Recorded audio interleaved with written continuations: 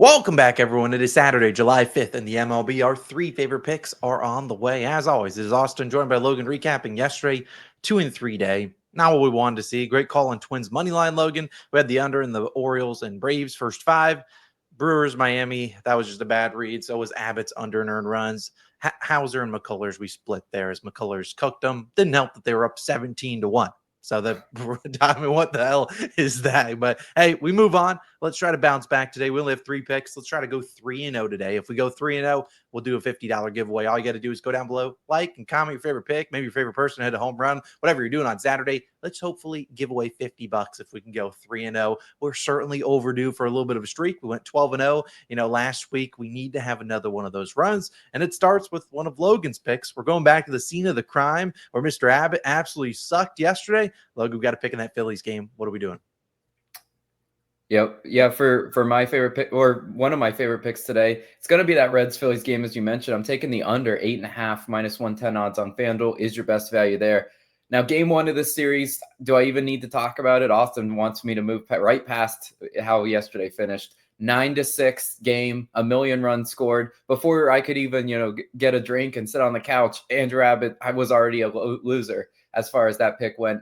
This game, though, completely different game, completely different matchup. I think it will be more dominated by the pitching, and you'll understand why I'm talking about that. Number one, we got the battle of the lefties today, but it's going to be Ranger Suarez starting for the Phillies. 2.2 ERA flat, 1 WHIP flat. Ranger Suarez has been so elite this year, and especially at Citizens Bank Park. That's when I want to really back Ranger Suarez, and I want to take unders. Ranger Suarez faced the Reds last season, went 7 innings, pitched 0 earned runs, masterclassed them. He's only allowing a 213 batting average to righties, 182 batting average to lefties. Doesn't really matter how you stack the lineup. Ranger Suarez has been dominant. In June, his ERA was only a 1.3. He's really coming into this game in great form, which is what I want to see against the Reds team that does know how to hit, certain pitchers. They do know how to hit lefties every now and then. But even if they do reach, even if some of those Reds batters do reach, he's only allowing a 149 batting average with men on, which is just an incredible low batting average pitching out of the stretch. Ranger Suarez doesn't really care. He's just kind of cold-blooded. I love watching Ranger pitch. Last month, the Reds were only hitting 236 against lefties. So far in July, I know it's early July still, but they're only hitting 235 in July. So really, they're on trend with what they did last month, not necessarily dominant against lefties. I think Ranger Suarez is a good start. And then on the other side, we're going to need Nick Lodolo to hold it down for the Reds. 3.52 ERA, 1.15 WHIP. Now, Nick Lodolo, definitely a different pitcher than Andrew Abbott. Andrew Abbott's not my favorite pitcher to back because he's just kind of a soft throwing lefty that relies on a lot of finesse. And if he's throwing a little bit too much play, oh my gosh, he gets obliterated. Something he had avoided a lot prior to that last start. But unlike Andrew Abbott, Lodolo is a power lefty that can generate the swing and miss, and that's what you need against this Phillies lineup. In his last 3 starts, Lodolo is entering in really good form, 1-1 and 2 earned runs. I think he can have another good start in this one. I think he can go out and probably hold the Phillies to maybe 2 or less runs through 5. Just give us a chance, because Andrew Abbott yesterday didn't give us a chance. It was over before it started. On the road, Nick Lodolo's ERA is at 2.31. So much better on the road than he is at home, and for good reason. Great American ballpark, great hitting ballpark.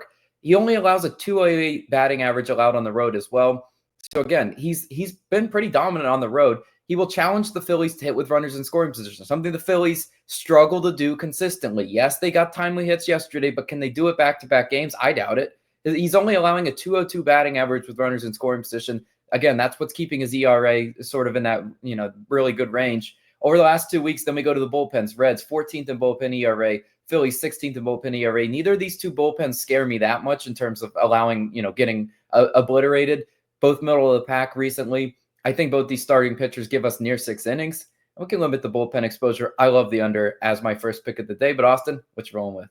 Yeah, I mean, to speak on your props, Ranger Suarez is a 19.5 outs line. So they pretty much think he's going to pitch Jim. Hopefully, Lodolo can hold things up. I'm going to go to my favorite pick. It's going to be an under and earned runs. Hopefully, it's a little bit better than the Andrew Abbott one was yesterday. But we've been pretty good in the under and earned runs, or just the earned run market in general. They were back in Casey Mize of the Detroit Tigers, under 2.5 earned runs, -125 on BetMGM.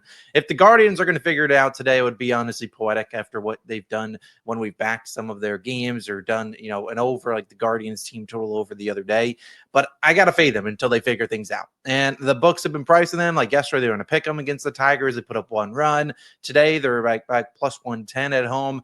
The team just can't hit righties. And what I really like in Casey Mize, he's been really good this season, and he's been really good against lefties, which I'll touch on a little bit more. But again, Casey Mize has been pretty good, even despite, an injury in the middle of the season. But you look at his numbers so far on the season, he's been very good. He's under this line in 11 of 14 starts, 5 straight. He saw the Guardians back on May 24th, only 1 earned run allowed in 5 innings pitched. Now, Mize isn't the most efficient guy recently, which is fine. We don't need him to be efficient. Heck, I'd like him out there for 5 innings, and that's it. I don't need him out there for 6 or 7. But we've seen 4 of the last 5 righties to face the Guardians went under this line.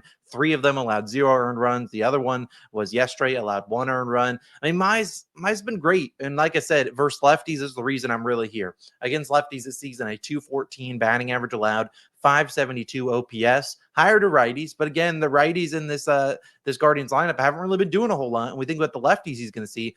Leadoff guy, Steven Kwan, Jose Ramirez, who was the culprit of their only run yesterday via a solo bomb. Carlos Santana, switch hitter. He'll bat lefty today. Manzardo will be in there. Again, all these guys are lefties, and he's been good at getting them out. And those are the guys that the Guardians rely on for a heavy production. I mean, Bo Naylor, if he's the lefty at the bottom doing damage to me, I'll tip the cap. But again, this Mize has been able to get out of jams, 186 batting average with runners in scoring position this season. So even if the Guardians get guys on base, he's been good at getting out of those jams. And again, this is a Guardians team. I can't avoid it. Since June 1st, they are 30th in batting average, 29th in WRC plus first right-handed pitchers. They can't hit righties. They can't hit lefties. They can't hit anyone. Now, watch them hit Mize today would be honestly poetic. The one time I trashed them. But again, I just don't. If they do it, score 3 runs on him, I tip the cap. But I think Casey Mize can go out there, navigate some trouble, give up maybe 2 runs through 5, and we can cash this one as my favorite play of the day. I'll talk about a couple other props I looked at, but didn't love officially. But I'll throw it back to Logan for a first 5 under, which we've been pretty good on historically over the past few weeks. Logan, I'll let you take things away.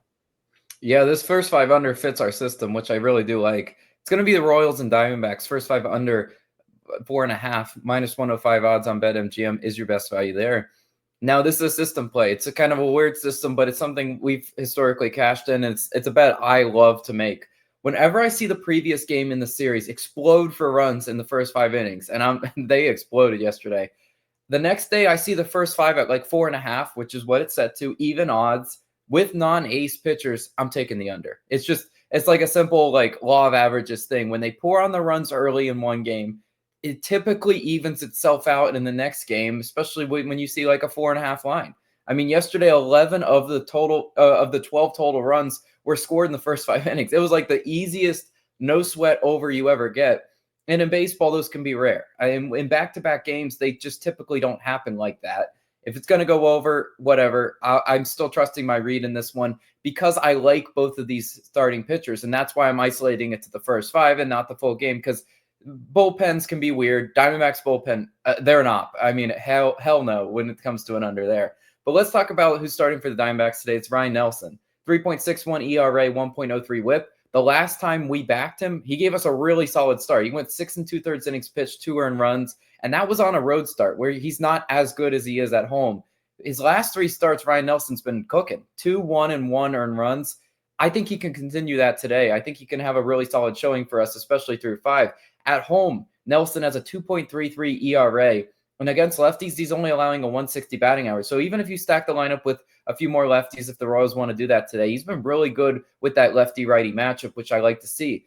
With 2 outs and a runner in scoring position, a.k.a. the gotta have an out situation, especially for an under, he's only allowing a 200 batting average. And that's what I want to see from a guy like Ryan Nelson. That's why he's been so good recently. He's just been able to really strand those base runners. And I think the Royals can definitely play into that. The Royals yesterday, they destroyed Eduardo Rodriguez. But against right-handed pitching, they're only hitting 196 in their last 5 games. Not necessarily as elite as they showed yesterday against the lefty. I think Ryan Nelson presents some problems for them today. I think Ryan Nelson is what the Diamondbacks wish Brandon Pfaadt was. That's kind of how I see it. I think Ryan Nelson's kind of emerging as more of a hidden gem, and Brandon Pfaadt is just kind of regressing back to, terrible. And then on the other side, it's going to be the Royals. Michael Wacha starting for the Royals, 3.62 ERA and a 1.26 for Michael Wacha. Now he's in need of a bounce back, and I like backing veteran pitchers off of a really bad outing, because he had a terrible, uncharacteristically bad outing. 5 innings pitched, 5 earned runs to the Mariners. I trust this veteran to bounce back. Michael Wacha obviously has a ton of innings under his belt. He's not going to let one bad start rattle him, and I think this is a good spot for him. He's been great with runners in scoring position this year, only allowing a 203 batting average. And what I also like about Michael Wacha, and why I think he can just chew inning after inning, of scoreless baseball, is he's great at inducing those soft contact outs. 90th percentile in hard hit percentage, 88th percentile in average exit velocity. So again, he's limiting those hard hit, extra base hit type things. And if the Diamondbacks are really going to get to him, they're going to have to stack those extra base hits and hit with runners in scoring position. Two things Wacha's been really good at doing. Arizona only hitting 238 in their last 5 games. Not like they're seeing the ball extremely well coming into this game. Both these two starting pitchers should hold it down. After the battle of lefties yesterday yielded 1 million runs. Now we see the battle of righties today, and I think we see a lot less runs today. So give me the first 5 under. Love that as a pick. Hopefully, Austin, that wraps up a winning day.